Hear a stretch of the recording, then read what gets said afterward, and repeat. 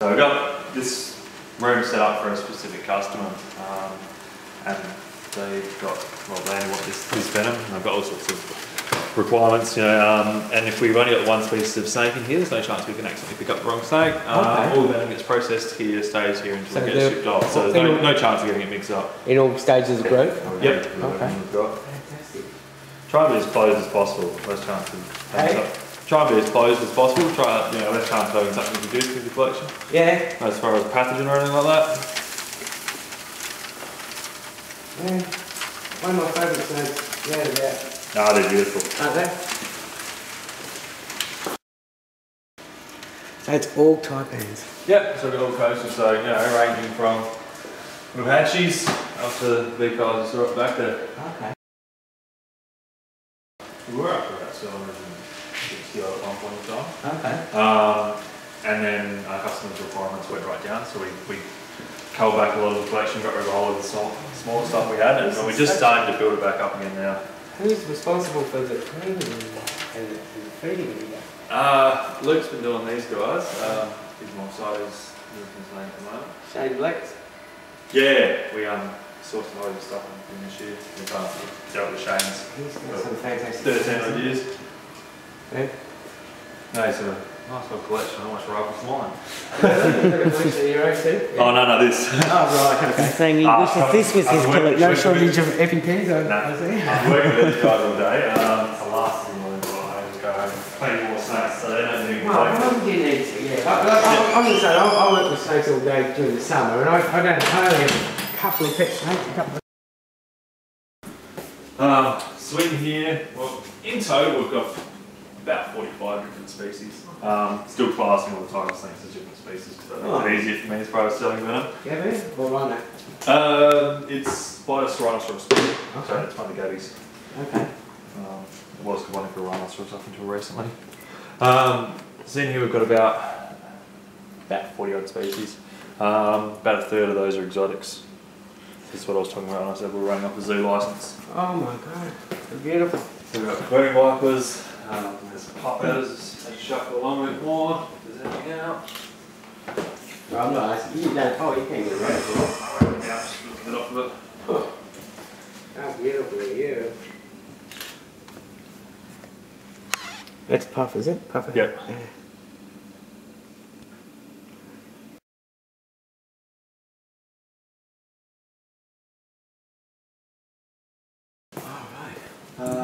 Forest cobras. Forest cobras. Geez, it's such good meat, and they handle. They don't seem to mind being milked every day. They all look very healthy. Yeah, a lot of our stuff hasn't been milked for a long time.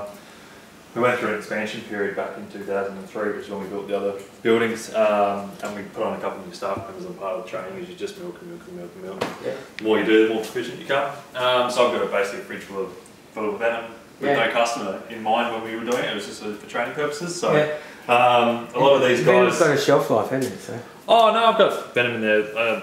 Over 10 years old and it's still fine. It's still, as long as it's stored properly. And Venom's got a shelf life? Yeah. Okay. And EpiPen's also have a shelf life? Yes, I do. I need to go out and buy a whole heap now. Have you had to use an EpiPen? No, I haven't. I've only been bitten once, been here for 12 years. I've been bitten once by coastal taipan. During that bite I showed signs of an allergy, but it was only sort of 4 hours post-bite, sitting in a hospital when they took the bandages off. What was it? Coastal taipan. Okay. Is it Papuan taipan here, Karen? No, that's Papuan black snake. Oh, Papuan black. That one there's Papuan taipan. Yeah, big difference in there. Beautiful snake. That's gorgeous. That's a taipan. That one over there is a black You'll be able to take photos for the flower. It is a bit. I'm not going to ask you to get one out unless you want it. No, it's alright. Oh, you got spitters in here too? Yep. So we've got Forest cobras. a couple other species of cobra. We've got Siamese spitting snake. Working this one out. Mozambique spitting cobra. Nice. Oh, I can't get a photo for that, but not. yeah, that's not going to do much. Wow, what a rocking snake that is. No water in any of these things, or just we give these guys water, or give them water for 48-hour period in a week. So we put it in generally Monday or a Wednesday, and so it's out by the weekend. So they're not sitting in a tub, because we don't have anyone in on the weekends. We don't want them in a tub where they can just spill over a water bowl, sitting in water all weekend. It's going to throw them out. So most of these guys have had their water taken out today. That big grey thing over there. We put rocks in our water bowls just to stop them tipping over. So they're cooking at the moment already. So that when we come on Monday morning, we can throw some more rocks. How many people you got working here? There's only 3 of us at the moment. You're not looking for extras? No, not at the moment. I bet you got a few people putting their hand up. Yeah. I'd love to work here. And you live in the dream, my friend. Yeah.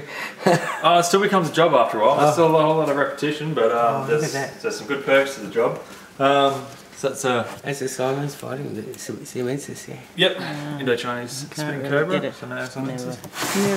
Sorry, we're not real photo friendly around here. It's alright. We've got the little guy. Little can tool. So it's their bright green tail tip. They use their tails as a lure, a bit like a death adder, except these guys actually throw their tail straight up in the air and wave around, so like a flag. Right, yeah. So when they're young, they have this bright green tail. As they grow up, it sort of fades away. Oh my God, that's so good. This guy got fed yesterday, so he's not hungry and not luring. Yeah. I see what you mean about the water bowls. They love them, don't they? Yeah. So these guys here, because they come sort of a more tropical region, we do leave them in all the time. But yeah, you get that over a weekend. They have to sit like that. They all twitch their head, don't they? Real nervous, just picking up movement cues. Okay. That's all. Really highly excitable snake, those guys. That's a little rattlesnake. It is a little rattler, isn't it? Yeah, little Crotalus grandis. Little Eurocone. Oh, it's such a busy colour. The South American ones are prettier than the North American stuff. You can do, it's unlikely though. I mean, even with the spitting cobras, it's more of an irritant. Okay. It doesn't actually show sort of signs of venomation as such. And if a spitter was to bite you, you'd be seriously... King cobras? I remember when these were born, and they made they were all over the pages. The king cobras. We've got some bubs of them. We've raised them up to probably rateable age now. How beautiful are they? King cobras, probably one of my favourites as well. Actually, I don't know if I really have a favourite. I love them all. I am really like a kid in a lottery shop, as you can tell. That's alright. You get a little bit used to it around here. Oh no, you're blasé.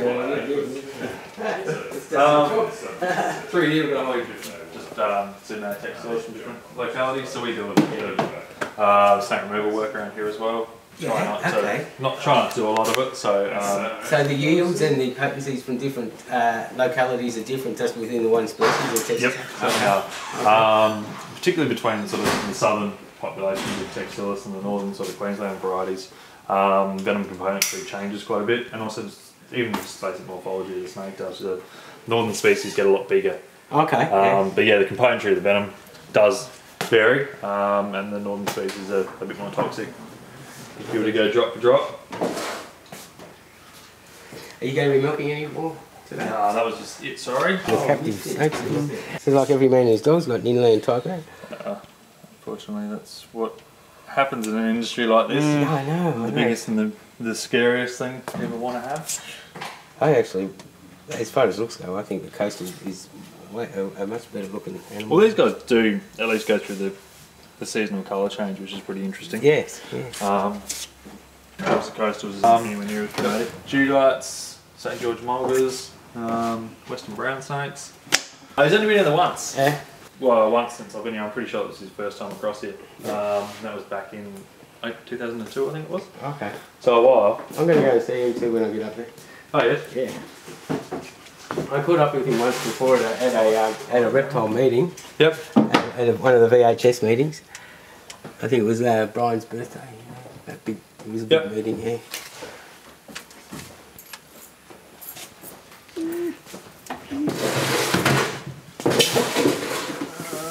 Little Inland Taipan we bred this year. Yeah. Little cuties. Yeah, they are beautiful, aren't they? Oh, baby snakes are beautiful. And what do you got in the pits out the front? Red bellies, chapels, single mulga from Renmark way, and then some tiger snakes from down Mount Gambier way. Okay. We got most of our tigers through here. So we've got tigers from southeast South Australia, Lake Alexandrina, South Australia, Kangaroo Island, and our Victorian tigers are out in the pits. We've got some from around Melbourne as well. Yeah, you can keep any of them out in the pits. All the tiger snakes are there, they have this sort of weather here. And Yep. Shouldn't be a problem. We've got some juvenile Tassies. Raising those up.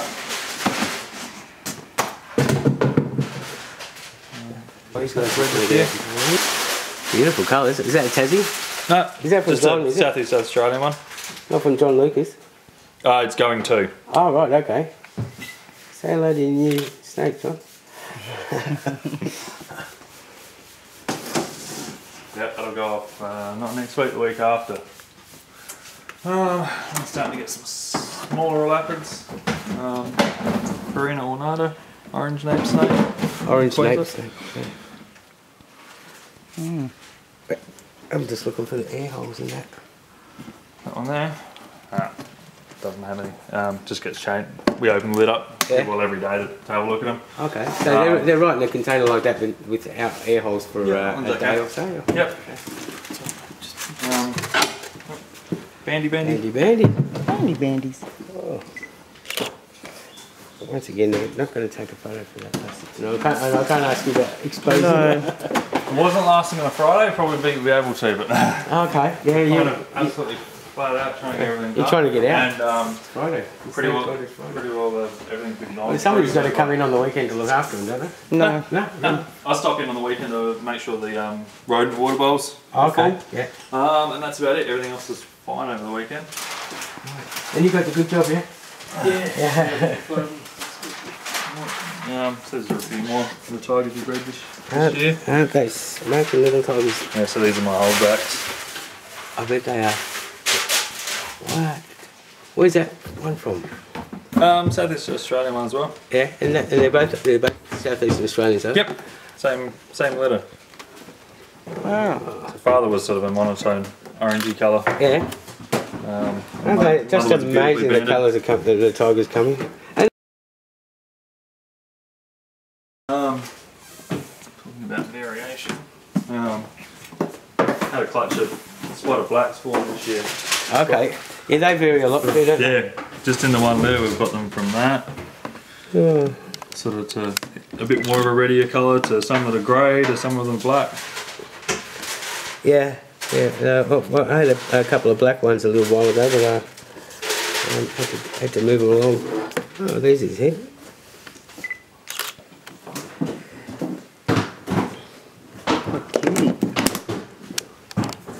And mulgars and things down here too. Yep. On here we've got some Western brown snakes. Oops, I'll get out of the way. Jump in. Just get out of the way. Yeah, sure. You can actually see them a bit easier. That's usually my job at home. So here we've got ice wipers. I was talking to John Birkin about them. They've bred them at the Melbourne Zoo a couple of times. Yeah, that's where these have come from. Yeah. And they're very special too. They're a nice snake. Well, is that small vipers? Actually, that's quite a large one for an eyelash, isn't it? Yep, big female. She's been dropping infertile over most of the week. Hopefully there's a couple of nice goodies in there with her still. Yeah, so I've got my death adders keep on giving me slugs. I've got a pair of death adders. We haven't really tried breeding these things apart from just the fact that we've been keeping them together. But I want some green ones. All the green ones we've had off of John have died on us. So really? I'll end up with the yellow ones. Everyone normally likes the yellow ones, but I just want something a bit different. There's an Ingram's brown snake. An Ingram's brown snake, okay. Check this guy out, eh? Spotted blackie, which is the mother of those bubs that I showed you before. That's Ingram. The Western brown here trying to shed. Oh. Cool. Just amazing. And this is just one room. How many rooms like this have you got? Well, this is our main collection in here. Okay. So we've got next door with coastal taipans. We've got this here, which is pretty well got everything else, and then we've got a few quarantine rooms and stuff that we keep isolated and sheltered. Okay, have you... As you got it. Do people... like, I know there's a lot of exotics being brought into the country. Do they end up here as well? So I've heard that there's been rattlers and cobras and things like that. Well, a few of the things you saw at the front there we actually got from a seizure. Okay. We've only ever received snakes twice that have been illegally seized in the country. One was a big one, came out of Victoria about 11 years ago. Yeah. It did have rattlesnakes, kaboom vipers, those main assignments that you were looking at. And we got a hold of all those, and then a bloke in Sydney got done with a couple of Thai cobras, which we got as well. Yeah. Which was about 10 years ago as well. Okay. Since then, I think anything that's been seized has been put down straight away. Yeah, that's what usually happens with them. So they didn't even give us a chance to put our hand up for them. It's a real shame, isn't it? Yeah, it is. But they don't know where they've been or where they've come from, so it's the easiest thing for them to do. Yeah. Better be safe than sorry. That's it. That's their excuse. Oh, do I have to go? I have to go now, do I? Close. Oh, look, see what's out. Actually out in the fits. Yeah. Local snake man from 20th century.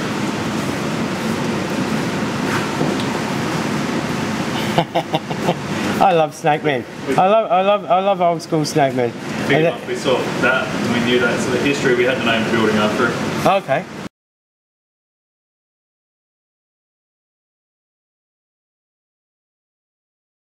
Fantastic. And what a clean rat room you've got. That's what I spent the morning doing. It's never ending in there. Yeah, I got my buildings in here. Normally these are guaranteed to be out, but No fun. grey and stormy before, so they might have decided to take off for the day. Chapel's in here, once again, normally out, but... Usually they come out and they hang around the walls, don't they, down low? These are the same pits that I used to work with at the reptile park in Rose. Okay. Yep. Nicholas Booth. Hang around the walls. Yeah, well, this time of year when the sun's sort of on a lower angle, they're normally trying to catch any direct sunlight they can get, but there's nothing really direct out at the moment. Mr. Brown's out. So there's the mulga from around Renmark. We've only put her out here for the last 6 months. She's dropped condition really quickly, so I'm hoping she's going to go through winter alright, and then I'll just be able to throw the food back at her. There's no heat in these pits at all, is there? No. So it's just the sun that she can get, which is why she's out at the moment. So they do get pretty similar temperatures to here, so I was hoping she'll be alright through it. I was up in Renmark. We stayed in Renmark overnight. Okay, yeah, on your way through, across here. Yeah. Just north of Renmark you'll find these guys. Okay. Robbie Brettle actually caught those for us. Right, yeah. When he was looking after his old man's old park before it closed down. Yeah, our timing was perfect. We get there and everything's shut. And then Robbie Brettle was gone. How long ago did that shut down? Oh, about this time last year. I think did you know Eric? Eric? Yeah. Yeah, really good mate with him. Yeah, that was such a shame. If he'd been around, it would have been him and me running the place, not just me. Yeah. Okay. Yeah. Back. That's quite a large tiger, isn't it? It's just a mainland one, isn't it? Just down southeast Australia. We did have pretty ones out here last year, hence the fact we got all pretty babies. We're not actually looking at keeping any for next season, but we've got a research project with a guy over in Canberra, and he's looking at I don't know, a whole heap of genetics, sex-based genetics between tiger snakes and a whole heap of neonates that he can be doing testing with. So we just threw a couple of our other girls out here. You seem to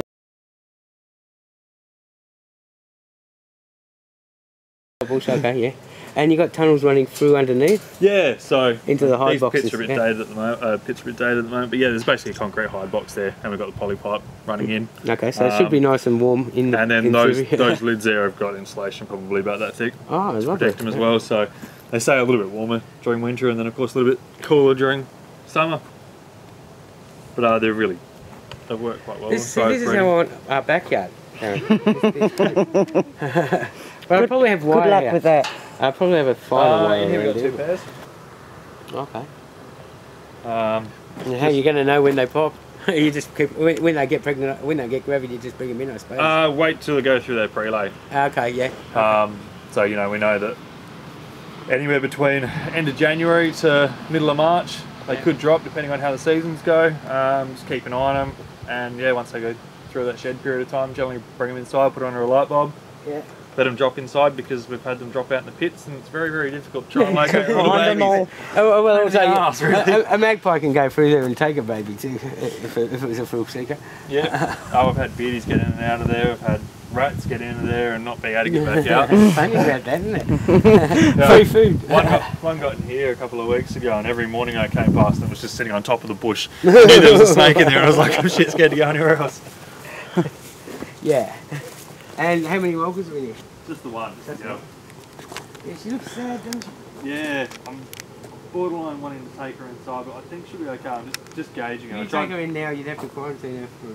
Oh, no, because she's out here, she's separated from everything else. It's not too much of a problem. Okay. You don't have a mic problem or anything like that? No. Had mic once out in the pit, and that would have came from a wild, newly introduced snake, but I mean, like I said, all of our new acquisitions go through quarantine, so that's the point of entry. How long's the quarantine? We generally do 3 months, depending on what we do. We're actually an AQUIS approved facility, so that's where we can import some stuff. Yeah. And then that's a 24-month quarantine period. And it's, you walk in, you've got to put a gown on, boot you up, and you go into a special room, and then you go into another one and go through. That's why it should be. So we do proper. And like I said, most of the time we try and be as closed off as possible. So this is really just to keep people out, isn't it? Yep. And cats, well, cats and foxes can still get through, but they don't likely at the moment. But yeah, it's more so security.